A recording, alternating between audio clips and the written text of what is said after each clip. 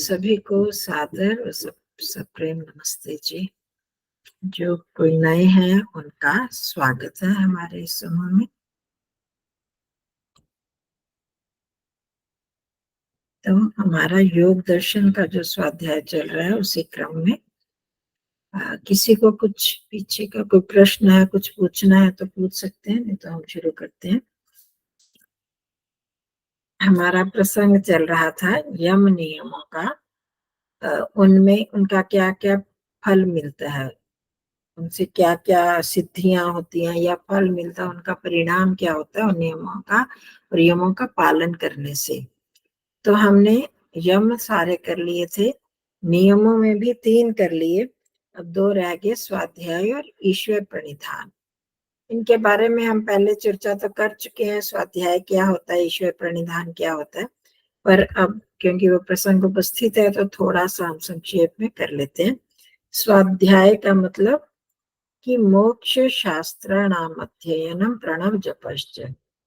मोक्ष के शास्त्र, वो शास्त्र, वैसे हम कोई भी पुस्तकें पढ़ते रहते हैं, ज्ञान प्राप्त करते रहते हैं, तो जिन पुस्तकों को प्राप्त पढ़ने से या ऐसा ज्ञान सुनने से जिनसे मोक्ष की ओर आगे बढ़ते हैं, जो मोक्ष प्राप्ति के लिए सहायक होते हैं, ऐसे ज्ञान को प्राप्त करना, चाहे पढ़कर चाहे सुनकर, उन शास्त्रों का अध्ययन करना या सुनना, ये आता है स्वाध्याय में।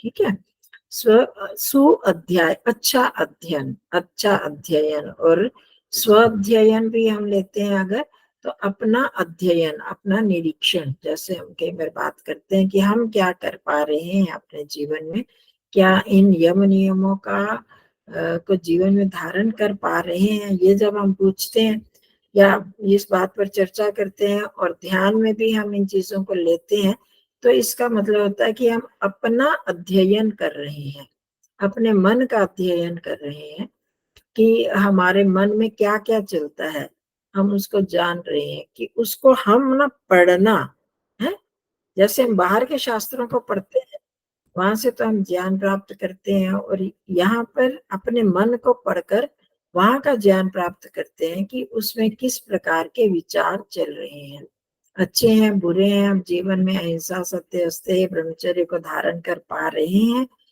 क्या उनमें कुछ सुधार कर पा रहे हैं, उस ओर हमारी गति भी है या नहीं।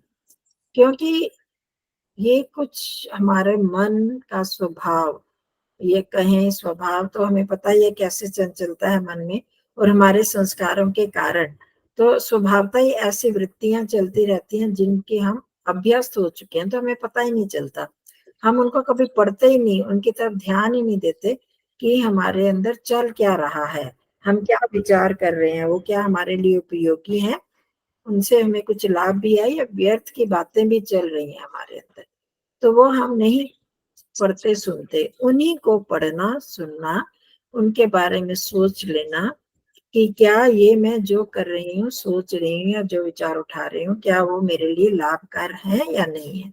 तो इसको हम क्या कहते हैं, स्वाध्याय, अपना अध्ययन करना। तो ये करने से, और जो पहले बताया मोक्ष शास्त्रों का अध्ययन करना, और इसके साथ साथ प्रणव जप, हाँ, प्रणव जप क्या होता है, ओंकार का जप।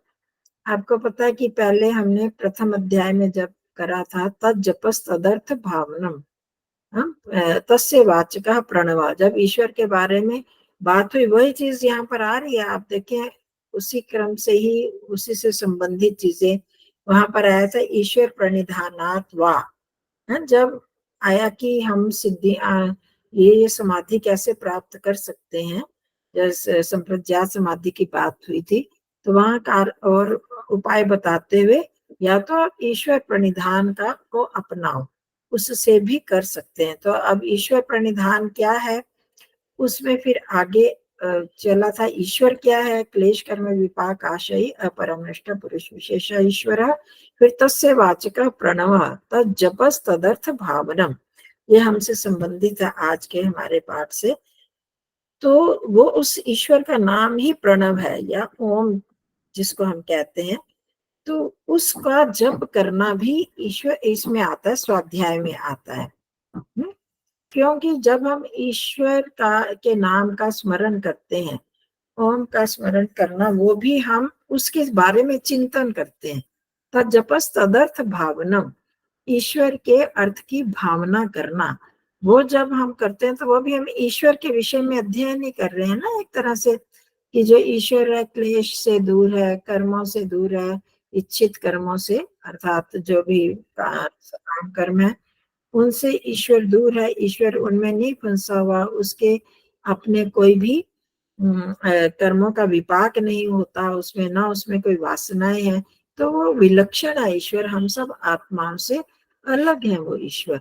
तो जब हम उस ओम का जप करेंगे और इन बातों को सोचते हैं, और आपको पता है हम जब ध्यान में भी ओम का जप करते हैं तो बीच में बहुत सारे हम भाव लेते हैं। इस भाव को मन में रखते हुए, ईश्वर सर्वव्यापक है, उसने हमको सारा जीवन दिया, उसने संसार बना कर दिया हमारे लिए, अपने लिए नहीं कुछ किया उस परमात्मा ने, तो वो ऐसा ऐसा परमात्मा, तो उसको उसको अपने साथ अनुभव करते हुए, अर्थात उसकी सर्वव्यापकता को अनुभव करते हुए, उसकी सर्वज्ञता को अनुभव करते हुए कि वो मेरे को जान रहा है, देख रहा है कि मैं क्या सोच रही हूँ, क्या कर रही हूँ, हम क्या कर रहे हैं, तो उसको जब हम समझते हुए उसका जप करते हैं तो वो भी उसको पढ़ना ही हो गया ना, उस ईश्वर का ही चिंतन हमारे अंदर चलता है। तो वहाँ इसलिए यहाँ पर प्रणव जप भी लिया और मोक्ष शास्त्रों का अध्ययन, ये दोनों चीजें मिलकर ही स्वाध्याय में आ जाते हैं। और तीसरा हमने जोड़ लिया अपना अध्ययन, अपने हम क्या कर रहे हैं, अपना निरीक्षण कर रहे हैं। तो ये जब हम कर लेते हैं, ऐसा करने से क्या होता है, इष्ट देवता संप्रयोग, पूरा सूत्र क्या है वो मैंने पिछली बार लिखा था, लिख के दिया था, तो वही स्वाध्यायात इष्ट देवता संप्रयोग। तो स्वाध्याय की बात हो गई कि वो वैसा स्वाध्याय करने से, अर्थात मोक्ष शास्त्रों का अध्ययन करने से और प्रणव का जप करने से, कैसा भाव पूर्वक जब हम जप करते हैं तो फिर क्या होता है, इष्ट देवता संप्रयोग, इष्ट देवता जो है उसके साथ हमारा संबंध बन जाता है, उसका साक्षात्कार होता है। ठीक है, इष्ट देवता के साथ हमारा संबंध बनता है, संप्रयोग, उसके साथ हम जुड़ जाते हैं, हमारा संबंध होता है। अब इष्ट देवता क्या है उसको हम अभी समझते हैं। हाँ जी, आप यही पूछना था आपने। हाँ, एक एक शब्द को तो हम अच्छी तरह समझते ही हैं, बाकी और कोई शंका होगी तो मुख्य वाक्य ये हो गया। तो अब वो इष्ट देवता क्या है, इष्ट आप समझते हैं बहुत सारे अभीष्ट, उसमें भी हम शन्नो देवी मंत्र में भी अभिष्टय बोलते हैं, मनोवांछित इच्छाओं की प्राप्ति के लिए, वहां अभीष्ट अभी भी जुड़ गया, यहाँ खाली इष्ट है। इष्ट का भी मतलब होता है इच्छा से ही इष्ट भी बना है, या इष्ट से ही इच्छा शब्द बना है। तो वो जो इष्ट देवता को जिसको हम चाहते हैं, उस देवता को जिसको हम चाहते हैं उसके साथ हमारा संबंध बन जाता है। तो आप देवता चाहते किसको है, देवता शब्द को हमने जोड़ना होगा कि जब हम ये ऐसा स्वाध्याय इत्यादि करते हैं तो सबसे पहले जो योग दर्शन में लिखा, ये व्यास भाष्य में, देवा देवा क्या है, देवता क्या है, ऋषयः सिद्धाश्च स्वाध्यायशीलस्य दर्शनम गच्छन्ति कार्य च वर्तन्ते, अर्थात जो स्वाध्यायशील मनुष्य होता है, जो बहुत अधिक स्वाध्याय करता है, मतलब ज्ञानी बन गया, स्वाध्याय करता करता ज्ञानी बन जाता है, तो उस मनुष्य के पास कौन कौन प्राप्त होते हैं उसको, ऋषि, सिद्ध और स्वाध्याय, ये जो लोग हैं ऋषि और मंत्रार्थ दृष्टा जो लोग हैं और योग में सिद्ध लोग हैं, उस स्वाध्याय के अनुष्ठान करने वाले योगी के पास अपने आप पहुंच जाते हैं, उसको प्राप्त होते हैं।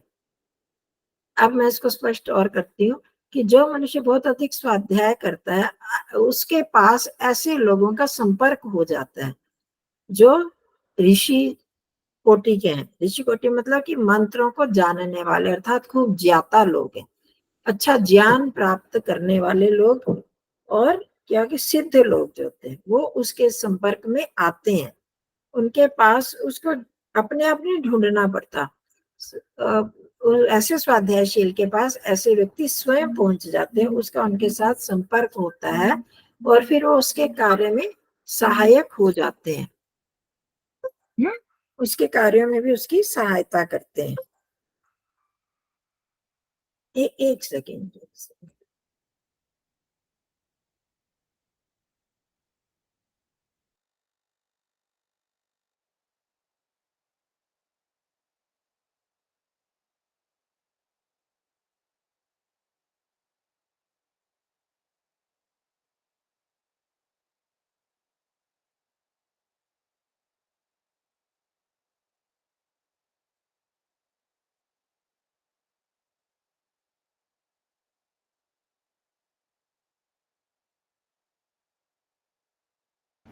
तो इस तरह से, और क्योंकि हम भी देखते हैं जितने जितने हमें स्वाध्याय करते हैं या इस मार्ग पर हम चलते जाते हैं, हमारा ज्ञान बढ़ता है, तो हमारा ज्ञानी लोगों के साथ संपर्क होता है।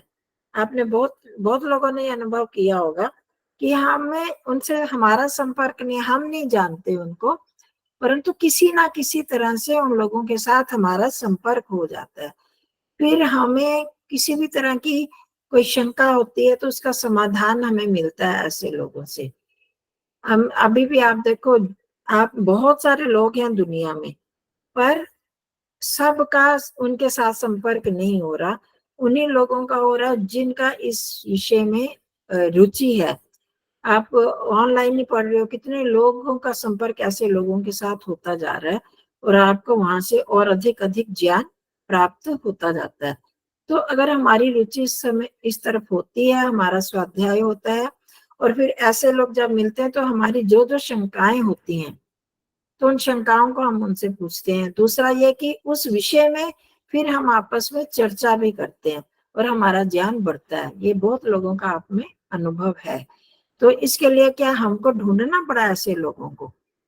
हमें नहीं ढूंढना पड़ा, वो अपने आप उनकी अप्रोच हो जाती है हमारे पास, और हमारी रुचि ऐसी बन जाती है। तो इस तरह से उन लोगों के साथ हमारा संपर्क होने लगता है। ऋषि और देवता कोटि लोग और सिद्ध योगी लोग होते हैं, उनके साथ हमारा संपर्क होता था, और ऐसा स्वाध्याय हमारा और बढ़ता है इस विषय में। एक तो ये हो गया इष्ट देवता। हम उस स्वाध्याय क्यों करते हैं? ज्ञान प्राप्त करने के लिए, और उस प्रकार के ज्ञान देने वाले देव लोग, ऋषि लोग हमारे संपर्क में आते हैं। दूसरा है इष्ट देवता, जो सबसे बड़ा देवता है, देवों का देव परमात्मा। इष्ट देव। और हमारा ये भी उद्देश्य, ज्ञान प्राप्त करने का मुख्य उद्देश्य क्या है? कि हम परमात्मा को प्राप्त करें, परमात्मा के विषय में ज्ञान। वेद मंत्रों को पढ़ते हैं, दर्शन शास्त्र पढ़ते हैं, तो उनमें मुख्य ही है कि कैसे हम समाधि लगाएं, कैसे ईश्वर साक्षात करें, आत्म साक्षात्कार करें, दुखों से निवृत्ति कैसे प्राप्त करें। तो उस परमात्मा का भी फिर हमारे साथ संबंध बनता है। हम ज्यों ज्यों स्वाध्याय की ओर बढ़ते हैं, करते जाते हैं, वैसे वैसे परमात्मा के गुणों को जानने लगते हैं, उन उसके विषय में ज्ञान प्राप्त करते हैं, उसके प्रति हमारा प्रेम बढ़ता है, और उस तरफ हमारी गति और हमारी मति उस तरफ ही होती है, उस समय हमारी प्रीति होती है। तो धीरे धीरे उसके साथ हम संबंध बना लेते हैं। अभी आप देखो, पहले की अपेक्षा आपका संबंध ईश्वर से बन रहा है। हम ईश्वर के गुणों को जानते हैं, हम ईश्वर हर कार्य में ईश्वर के साथ जुड़ना चाहते हैं, भूल जाते हैं, फिर भूल के फिर जोड़ते हैं अपने आप को उस ईश्वर के साथ।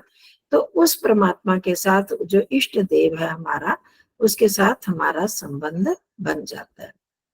फिर तीसरी बात है देवता शब्द। आप लोगों ने जानते हैं सभी जो वेद मंत्रों का स्वाध्याय करते हैं, तो देवता शब्द किसके लिए आता है? विषय के लिए, है ना। जो मंत्रों में, वेद मंत्रों में ऊपर विषय लिखा होता है, ऋषि लिखा होता है, देवता लिखा होता है, छंद इत्यादि लिखे होते हैं। तो ऋषि तो वो होता है जो इसने मंत्रों का साक्षात्कार किया, उसके अर्थ को समझा, जाना। और देवता का मतलब होता है विषय, वहां की जो विषय वस्तु है उस मंत्र की। इसी प्रकार यहाँ भी हम देवता को विषय भी ले सकते हैं, कि वो विषय जो जिसका हम स्वाध्याय कर रहे हैं, वो इष्ट विषय हमारा हमें स्पष्ट होता जाता है। ज्यों ज्यों हम स्वाध्याय करते जाते हैं, वो टॉपिक, वो विषय हमारे पास आता जाता है, हमें उसके विषय वो खुलता जाता है विषय हमारे, है ना। उस विषय को हम अधिक अधिक जानते जाते हैं। जैसे हम थोड़ा सा ये छोटा सा उदाहरण लेते हैं, हम ये इसी को पढ़ रहे हैं, योग दर्शन को पढ़ रहे हैं, अगर हम जैसे जैसे स्वाध्याय करते हैं, जितनी बार करते जाते हैं, आप में से बहुत लोगों ने पहले भी पढ़ा है, 2 बार पढ़ा है, कि 3 बार भी पढ़ा है, बड़े बड़े विद्वानों से भी पढ़ा है, स्वयं भी पढ़ा है, पर अब भी हम अगर पढ़ते हैं तो खुलता है ना, कुछ ना कुछ नया हमें मिलता है हर बार जब हम पढ़ते हैं। तो जैसे जैसे हम स्वाध्याय करते जाते हैं तो उस विषय के साथ देवता, इष्ट देवता संप्रयोग, उस विषय के साथ हमारा संबंध जुड़ता जाता है। इष्ट क्यों? क्योंकि हम वही स्वाध्याय करते हैं, उसी विषय को पढ़ते हैं जो हमें अच्छा लग रहा होता है, तो वो वाला विषय हमारा खुलता है, उस पर मानो हमारा अधिकार होता जाता है। जितना जितना हम पढ़ते हैं, फिर उस विषय में हमसे कोई पूछता है तो हम बड़े आराम से उसका उत्तर दे सकते हैं, या हम कहते हैं कि नहीं, हमें तो समझ आ गई है, ये बात हमारे अंदर स्पष्ट हो चुकी है। तो इस तरह से हम देवता शब्द से 3 चीजें ले लेते हैं।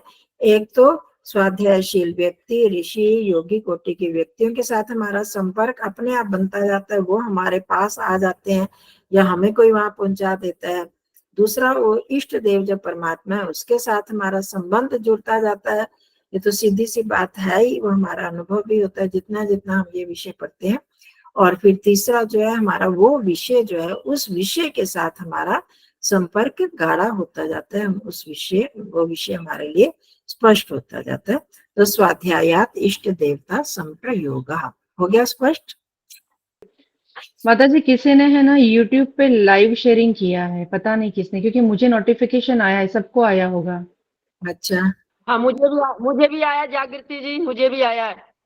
कोई शेयर कर रहा है, क्योंकि यहाँ पे हाँ ऊपर आया है, वो ज्वाइन मत कीजिएगा क्योंकि हाँ, कि अच्छा, आपके खाते को इस्तेमाल किया जा रहा है। हाँ अच्छा, किस हाँ, नाम से ये नहीं पता। नहीं देखो ये नहीं इसमें पता। हम ये दो दो जन ऑलरेडी पार्टिसिपेंटिंग है यूट्यूब पे। आप कंचन कुछ जी, मत करिए। कंचन जी, ऐसे रोज योग दर्शन की क्लास में भी आता है। ये योग दर्शन की क्या? क्लास तो है, मतलब क्योंकि विश्वामित्र की क्लास में भी ये आता है। अच्छा, ठीक है। कौन से? एक तो योगेश सिंह जी हैं। योगेश सिंह जी, आप जरा, हाँ, आप, योगेश है। अच्छा, ये आते हैं स्वामी जी की क्लास में? हाँ, मैं जाती हूँ ना वहाँ, मैं लेटी पड़ी हूँ, लेट के सुनती हूँ। नहीं, वो नहीं बात मैं कह रही, मैंने कहा योगेश सिंह जी स्वामी जी की कक्षा में आते हैं? आते हैं योगेश, यही जो टंकारा वाला ऊपर ना। देखो, ऊपर देखो क्या लिखा है, पर लाइव शेयरिंग चालू है, शामिल हो। ऊपर आ रहा है, अब ऊपर देखो। कहाँ पर? मेरे इधर तो नहीं ऊपर आ रहा। स्क्रीन पर, हमारे हमारी क्लास में स्क्रीन पर ऊपर आ रहा है। पर मेरे इसमें तो योगेश वो योगेश सिंह जी लेफ्ट हो गए ग्रुप में से। नहीं, ऊपर आ रहा है लाइव शेयरिंग ऑन यूट्यूब। हाँ 2 people are participating. Join. अच्छा, आ रहे हैं। हाँ, चालू है, शामिल हो। तो करना है इसको ज्वाइन या नहीं, क्या करना? नहीं नहीं नहीं करना है, हम यहाँ पे है तो वहां पे नहीं क्यों करना, ज्वाइन करना है? अच्छा अच्छा अच्छा। ये गलत मत है। करिए। हाँ, हाँ, मत करिए। मैं तो कुछ नोटिफिकेशन नहीं भेज रही हूँ। तो इसको हटाएंगे कैसे? वो जिसने किया है वही हटाएंगे, अभी जिसने भी ग्रुप में किया हो ना वही हटा सकते हैं, क्योंकि ये अपने आप नहीं आता है, ये जब शेयर करते ना तो ही आता है। हाँ, मेरे इसमें, मेरे इधर नहीं आ रहा। आपको नोटिफिकेशन नहीं आया माता जी? नहीं, नहीं। हम सबके पे नहीं, आया, आ रखा है बहन जी, सबके पे आया हुआ है ये। कोई बात नहीं, जाने दो। माता जी आप शुरू करिए योग दर्शन हाँ, वाला, ठीक है, क्योंकि ये ठीक है। कोई ज्वाइन नहीं करेगा। हाँ, ठीक है, थैंक यू फॉर गाइडेंस। हाँ, तो दूसरा जो हमारा आता है समाधि सिद्धि और ईश्वर प्रणिधानात। तो 5वां हमारा नियम क्या है? ईश्वर प्रणिधान। तो ईश्वर प्रणिधान के विषय में हमने 3 बातें मुख्य रूप से जानी थी, याद है किसी को? ईश्वर प्रणिधान में क्या क्या आ जाता है? विशेष भक्ति, हाँ जी, विशेष भक्ति, ईश्वर से प्रेम। ठीक है, वो तो है, शॉर्ट में संक्षेप में हम कहते हैं, पर हमने इसको विस्तार से बात करी हुई है 3 बिंदुओं पर विशेष रूप से। हम जो भी काम करते हैं, जो भी कार्य करते हैं, वहां पे मतलब ईश्वर को ध्यान में रखते ही और ईश्वर को समर्पित करते हुए ही हमें करना है, कोई भी कार्य हो। हाँ, मतलब समर्पित का मतलब उसको कर दो जरा। समर्पित अर्थात कि इच्छा के विरुद्ध, मतलब हमारी कोई इच्छा रहती है ना, कोई हम्म। फल की इच्छा रहती है, वो कामना हमारी नहीं रहनी चाहिए। मैं वैसे समझती हूँ माता जी कि अच्छा, और स्पष्टता की जरूरत है। जी। चलो मैं करूंगी, पर जरा देखें तो हम तो बहुत बार इस बात को कर चुके हैं। ईश्वर प्रणिधान किसको कहते हैं? एक हर कार्य में ईश्वर के दर्शन करना। ईश्वर के दर्शन होंगे हर कार्य में, कैसे होंगे? हर एक कार्य को करने के बाद ईश्वर को समर्पण कर देना। हाँ, समर्पण ठीक है, समर्पण का मतलब वही तो। नहीं, जो भी हाँ जी, अपना परिश्रम करने के बाद जो भी हमें फल मिले उसको पूरी तरह ईश्वर का प्रसाद समझकर स्वीकार कर लेना। हाँ जी, कुछ हाँ बिल्कुल ठीक। एक तो ये है उसमें कि जो भी समर्पण का मतलब जो हमने कार्य किया, उसका जो भी फल मिला है वो परमात्मा ने न्यायपूर्वक दिया है और हमारा हित देखते हुए किया है। उस फल को उस रूप में मतलब बड़ी प्रसन्नता से ही स्वीकार करना, चाहे सुख है चाहे दुख है। एक तो ये हो गया। हाँ जी, पुरुषार्थ के बाद प्रार्थना करें आचार्य जी। ऐसे इकट्ठे इकट्ठे नहीं बोलना, समझ नहीं आएगी कुछ भी बात। हाँ, अक्षिता जी बोलो पहले। पुरुषार्थ के बाद आचार्य जी नमस्ते, पुरुषार्थ के बाद हम प्रार्थना करें। ये तो प्रार्थना वाली बात नहीं आ रही ना इसमें, हम प्रार्थना को तो कह ही नहीं रहे, ईश्वर प्रणिधान की बात आई है। निष्काम कर्म करना। हाँ, निष्काम कर्म का मतलब बिना अच्छा काम करना, बिना स्वार्थ के, बिना ये सोचे कि मुझे इसका फल मुझे लेना है। तो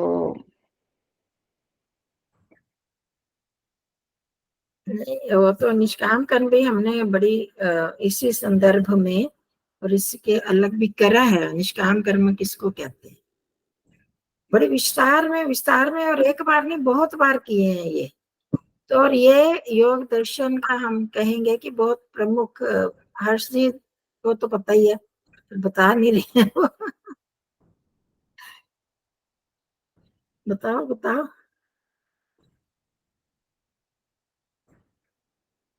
दो बिंदु हैं, एक तो ये हो गया। देखो ये चीज अगर हम जानेंगे नहीं तो करेंगे कैसे, और ये हमने ये भी है कि जो ईश्वर से जो हमें फल मिलता है उसकी भी इच्छा नहीं करना। हाँ, नहीं मतलब कौन से फल की इच्छा नहीं करना? जो भी हम कर्म करते हैं तो ईश्वर से प्राप्त उसके फल की भी, उसका फल तो ईश्वर देंगे लेकिन हमें उसकी इच्छा नहीं करनी है। पूरा उस तक नहीं पहुंचे ना। आचार्य जी, हाँ जी, आपने ये बताया था पिछली बार कि मन और वचन और कर्म से ईश्वर की जो भक्ति करता है उसके गुण कर्म स्वभाव को जानकर, ये भी था विषय इसमें। मतलब हमें बताया। ये सोचना है कि जो भी हमने अच्छे कर्म किए हैं वो ईश्वर की प्राप्ति के लिए किए हैं। आप पहुंचे भी पॉइंट पर। मतलब हमें उसके और कोई फल नहीं चाहिए, बस ईश्वर की प्राप्ति ही चाहिए। हाँ बिल्कुल यही है। अब निष्काम कर्म कहते हैं इसको है। हम देखो, हम जो मनुष्य है ना, आत्माएं हैं, कोई भी आत्मा बिना इच्छा के कर्म नहीं कर सकती। थोड़े से काम करेंगे, 1 दिन 2 दिन 3 दिन, और फिर हम निरुत्साही हो जाते हैं कि हम कहें कि मेरे को यश नहीं चाहिए, धन नहीं चाहिए, ये चीज नहीं चाहिए। अब मेरे को फिर करने का लाभ क्या है जब हमें उसमें कोई लाभ दिखाई नहीं देता, कोई आशा दिखाई नहीं देती? तो फिर हम क्या सोचकर उस काम को करेंगे? उत्साह ही नहीं बनता हमारा। तो उस उत्साहित रहने के लिए, करने के लिए हमें कोई ना कोई इच्छा रखनी पड़ती है। तो अब यहाँ पर हमने ध्यान से याद रखना इस चीज को कि हम कोई भी आत्मा बिना इच्छा के कर्म नहीं कर सकती। तो इसलिए सांसारिक इच्छाओं को छोड़कर, लोकेशना, वित्तेशना, पुत्रेशना, इनको छोड़कर ईश्वर की इच्छा करते हुए जो भी कर्म करना है वो यही समर्पण है कि मुझको इस कर्म को करने के बदले मुझे ईश्वर आप चाहिए, इस काम को करने का मेरा उद्देश्य आप है। अब मैंने कोई भी कर्म कर दिया, उसका फल मैंने ईश्वर को समर्पण कर दिया, तो ईश्वर क्या करेंगे? उसको चाटेंगे बैठकर। उसको ईश्वर ने क्या करना है उस कर्म को? ईश्वर का, हम किसी वस्तु को, कोई चीज अपने गुरु को, अपने प्रेमियों को देते हैं, कोई चीज समर्पित कर देते हैं, तुझे दान दे दिया, तुझे दे दिया, तो वो उसको उपयोग करेंगे ना। तो अब परमात्मा को हम कर्म कर दे दिया, तो क्या परमात्मा उसका क्या उपयोग करेंगे? उनके लिए क्या उसमें कोई उपयोगिता है क्या? समर्पण मतलब है परमात्मा मैंने ये कर्म किया, तन मन धन जो जिससे भी, पर मेरी इच्छा एकमात्र आप ही है, मुझे संसार से में कुछ नहीं चाहिए, यही समर्पण है। तत्फल संन्यासो व, उसके फल का संन्यास कर देना, उसको समर्पित कर देना। जो भी कर्म किए उसको परम गुरु के अर्पण कर देना। वो जो पहले शारदा देवी ने पहला बिंदु बताया कि ये जो भी हमने कर्म किया, अब उसका फल तो मिलना है, पक्की बात। अब जो फल मिला वो परमात्मा आपने मेरा हित सोच कर दिया, जो न्याय पूर्वक था वो आपने दिया, इसमें आप मेरा कुछ भी बुरा नहीं करेंगे, मेरा इसमें भला ही होगा। अब उसका हम समर्पण पूर्वक उसका उपभोग कर रहे हैं ना, उस कर्म का, है ना। तो तत्फल संन्यासो व और परम गुरु अर्पणम, दो चीजें। परम गुरु अर्पणम वो ज्यादा अधिक है कि जो मैंने कर्म किया है परमात्मा, या आपके अर्पित, आप इसके बदले आप मुझे अपना साक्षात, अपना ज्ञान प्रदान करो, अपनी सन्निधि प्रदान करो, ये हो गया। और उसके फल का संन्यास हो गया कि जो भी फल मिले वो उससे मैं संतुष्ट हूँ। मैं ये नहीं कहूँ कि मेरे को बीमारी क्यों दे दी, मेरे को निर्धनता क्यों दी, मुझे ऐसा जीवन क्यों दिया। जो जीवन दिया वो आपने मेरे हित के लिए दिया। और एक बिंदु और रह गया, इसको कर लो फिर आपका प्रश्न का उत्तर दो अक्षिता जी। तीसरा बिंदु ये है कि ईश्वर के प्रणिधान, क्या प्रणिधान ईश्वर में अपने आप को लगा देना, वह है कि हमेशा ईश्वर को अपने साथ अनुभव करते हुए कर्म करना। जब हम उसकी उपस्थिति में कर्म करेंगे तो वो परमात्मा, तब हम गलत काम नहीं कर पाएंगे ना। जब हम कोई मेरे सामने होता तो हम गलत काम कर पाते हैं? नहीं करते ना, छुप कर ही काम करते हैं। जब वो परमात्मा को हम समझ रहे हैं, ईश्वर प्रणिधान वही भक्ति है। परमात्मा की भक्ति करना क्या है? परमात्मा को याद रखना कि परमात्मा बस ओम ओम भूर्भुवः यही करते रहे, ओम ओम ही करते रहे, और उसके बदले काम तो हम गलत करते जाए, तो वो तो भक्ति नहीं होगी ना।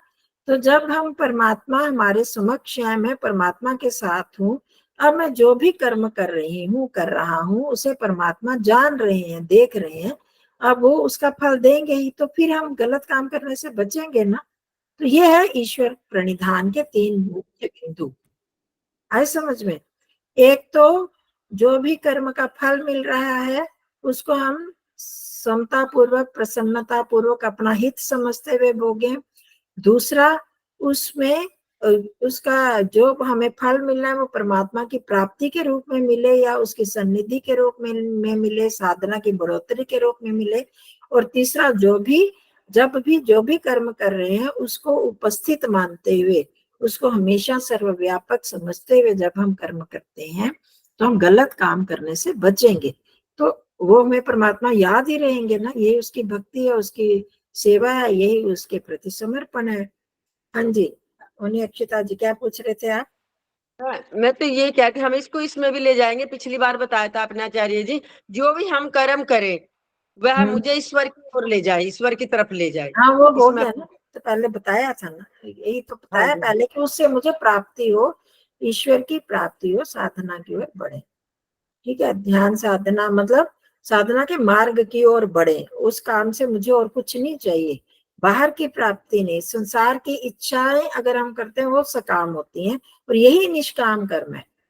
जब हम ईश्वर की तरफ बढ़ने वाले होते हैं तो वही निष्काम कर्म है कि इस कर्म का फल मुझे इस रूप में मिले कि मुझ में आपको प्राप्त कर सकूं। हाँ जी जागृति जी। माता जी, एक तो रहता है कर्म का फल, हाँ दूसरा रहता है जो कर्म का जो फल अर्थात उसका परिणाम। तो जो परिणाम के स्वरूप में जो थर्ड पर्सन को या सेकंड पर्सन को जो एक व्यक्ति की वजह से मिलता है, उसको हम किस प्रकार से समझ सकते हैं? या क्योंकि ये तो समझ में आता है कि ये जो फल रहे सभी तो कर्म के फल नहीं होते हैं, जिस तरह से हाँ, 3 तरह के होते हैं ना। हर हाँ, कर्म का जो परिणाम जो हमें फल मिला उसका क्या होता है प्रभाव, और उसका परिणाम और फल। परिणाम होते हैं। हाँ, देखिए जब हम कोई भी कर्म करते हैं उसका फल मेरे को मिलेगा, उसका फल के रूप में मिलेगा। दूसरा, उसका परिणाम क्या हुआ, मैंने कोई भी कर्म किया, किसी को गुस्से से बोला तो उसका परिणाम क्या हुआ, दूसरा व्यक्ति दुखी हुआ, है ना, ये उसका परिणाम हुआ। वो मेरे को फल नहीं मिला, अभी मेरे को फल मिलने वाला है उसका, समझ गए। और तीसरी बात है उसका प्रभाव। अब वो व्यक्ति उदास रह रहा है, डिप्रेशन में चला गया, तो उसका प्रभाव उसके घर वालों पर भी पड़ेगा, उसके अगले जीवन पर भी पड़ेगा, उसके घर वालों पर भी पड़ेगा। कहीं इतने साथ में चले गए, कमाई कुमाई भी खत्म हो गई, घर में काम करना बंद कर दिया, बच्चे भूखे मरने लग गए, तो उसका प्रभाव हो गया। तो वो जो प्रभाव और परिणाम तो दूसरे लोगों पर भी होता है, परंतु उसका फल केवल करने वाले को मिलता है। लेकिन अगर वो जो प्रभाव है, वो जो परिणाम है, वो हमें कहीं थर्ड पर्सन से या फर्स्ट पर्सन से हमें मिल रहा है हाँ जी। सपोज, तो उसको हम कैसे हैंडल करें? अब उसको यही करना है कि अब ये दूसरे व्यक्ति ने कर्म किया, उसका मेरे को फल मिल रहा है, अगर हम उसका प्रतिकार कर सकते हैं, उसके बदले में उसको सजा दिलवा सकते हैं, कोई ऐसा घिनौना कर्म है कोई कर रहा है, तो वो तो हमें करना चाहिए। उसको हम अपने हाथ में अगर कर सकते हैं तो करें, नहीं तो फिर परमात्मा की व्यवस्था में हम छोड़ते हैं।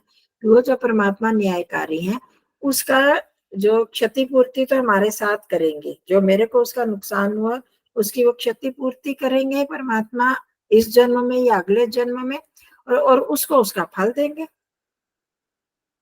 ठीक है, उस व्यक्ति को उसका दंड देंगे और हमको उसकी क्षतिपूर्ति करेंगे। अभी भी बहुत लोगों को बिना कर्म किए कई बार बड़ा अच्छा फल मिल जाता है, और कई बार अच्छा ना कुछ भी नहीं अच्छा और बुरा मिल जाता है। अब पिछले जन्मों का भी तो आ जाता है ना, इसमें वही क्षतिपूर्ति होगी या उसका दंड हो गया, इस तरह से हो जाता है। ठीक है। क्योंकि देखने को भी मिलता है ऐसे माता जी कि जो बहुत अच्छे काम करता है ना, वो अत्यंत ज्यादा प्रभाव मतलब दुख में रहता है, और जो ऐसा इतने नहीं गलत है। गलत कार्य करता है ना, वो इतना मतलब सुखी रहता है ना तो वो बात कभी कभी अटपटी लगती है कि हाँ, ये नहीं ऐसे हमें है। लगता है, और पता नहीं सुखी रहता है यानी हम तो ऊपर ऊपर से देखते हैं ना, उस व्यक्ति के अंदर की क्या स्थिति है वो नहीं हम जान सकते, कि पक्का नहीं कह सकती वो सुखी रह ही रहा है।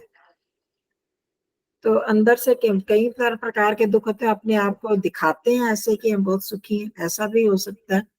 और हमें किस प्रकार के दुख मिल रहे हैं ये नहीं पता, हम संतुष्ट तो होते हैं मानसिक रूप से।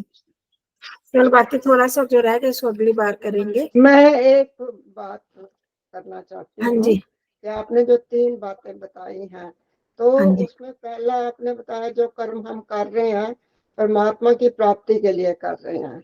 हाँ, मतलब उसका दूसरा, फल मेरे को इस रूप में मिले हाँ, है परमात्मा। हाँ जी। निष्काम कर्म मुझे और कुछ नहीं चाहिए, और मुझे आपको परमात्मा को प्राप्त कर सकूं। हाँ, यही निष्काम कर्म हाँ, भी है और यही ईश्वर प्रणिधान के रूप में कर्म भी है। हाँ। और तीसरा आपने बताया नहीं परमात्मा वो का, दोनों एक ही हो गए, ये दोनों आपने बताए ना, ये दोनों तो एक ही हुए।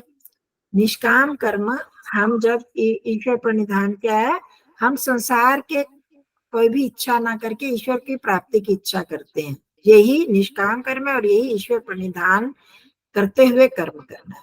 दूसरा ये जो, पहला ये पहला बिंदु फिर हुआ। हाँ जी, हाँ जी, किसी को भी पहला मान लो, हाँ ठीक है।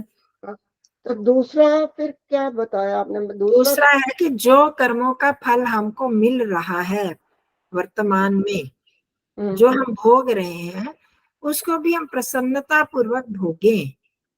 अच्छा, ठीक है, चाहे चाहे दुख हो चाहे चाहे सुख हो। सुख हो, कि सम भाव से भोगना है, क्योंकि वो मेरे कर्म का फल परमात्मा ने दिया है। वो जी। परमात्मा जो है मेरा न्याय पूर्वक दे रहे हैं, मेरा हित करते हुए दे रहे हैं।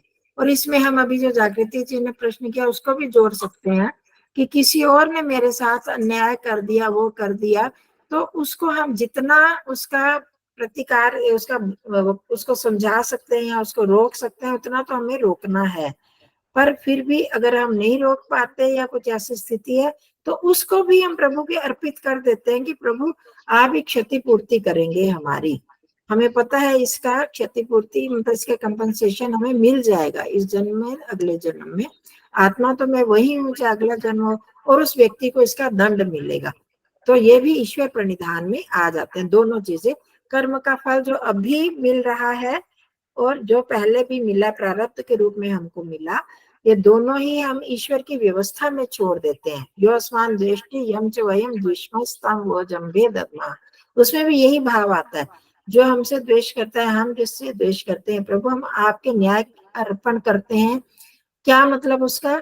यही है कि परमात्मा उसको उसका फल दंड देगा उस व्यक्ति को, और हम कर रहे हैं अगर, तो हम हमारे साथ जो अन्याय हो रहा है उसका भी क्षतिपूर्ति परमात्मा आप करोगे। ठीक है, हो गया दूसरा बिंदु स्पष्ट? हाँ जी। और तीसरा बिंदु आपने बताया परमात्मा का सानिध्य महसूस करें। हाँ, वह उसको हमें देख रहा है, वह सर्वव्यापक है, वह हमेशा मेरे साथ है। उससे उसका सानिध्य मुझे कोई बुरा कर्म करने से रोकेगा। हाँ, बुरा कर्म करने से भी रोकेगा। और उसको सानिध्य, जब हम परमात्मा को सर्वव्यापक मानते हैं तो डर वगैरह से बच जाते हैं, उत्साह भी आता है हमारे पास, वो परमात्मा परम शक्ति मेरे साथ है। तो ये करते हुए अच्छे काम करने में भी हम आगे बढ़ते हैं और बुरा काम करने से रुकते हैं। बस उसको अपने साथ हमेशा अनुभव अगर करते रहते हैं तो तब हमें वो याद ही रहेगा ना। चाहे हम ओम या गायत्री मंत्र बोल रहे हैं या नहीं बोल रहे, वो भी हम बोलते हैं बहुत बार, पर है परमात्मा आप मेरे साथ हो करते हुए ओम भी बोल सकते हैं, नहीं भी बोल सकते, पर भाव अगर जुड़े रहते हैं तो ये ईश्वर प्रणिधान ही हो जाता है। उसकी सन्निधि को, उसकी समीपता को अपने साथ अनुभव करते रहना। ठीक है जी, हो गया स्पष्ट? और ये बहुत महत्वपूर्ण चीज है। हमने मतलब एक बार नहीं, मैंने पता नहीं कितनी बार बताया और फिर भूल गए, तो ये ठीक नहीं। इसको हमें याद रखना क्योंकि जीवन में धारण करना है इन चीजों को। ठीक है जी।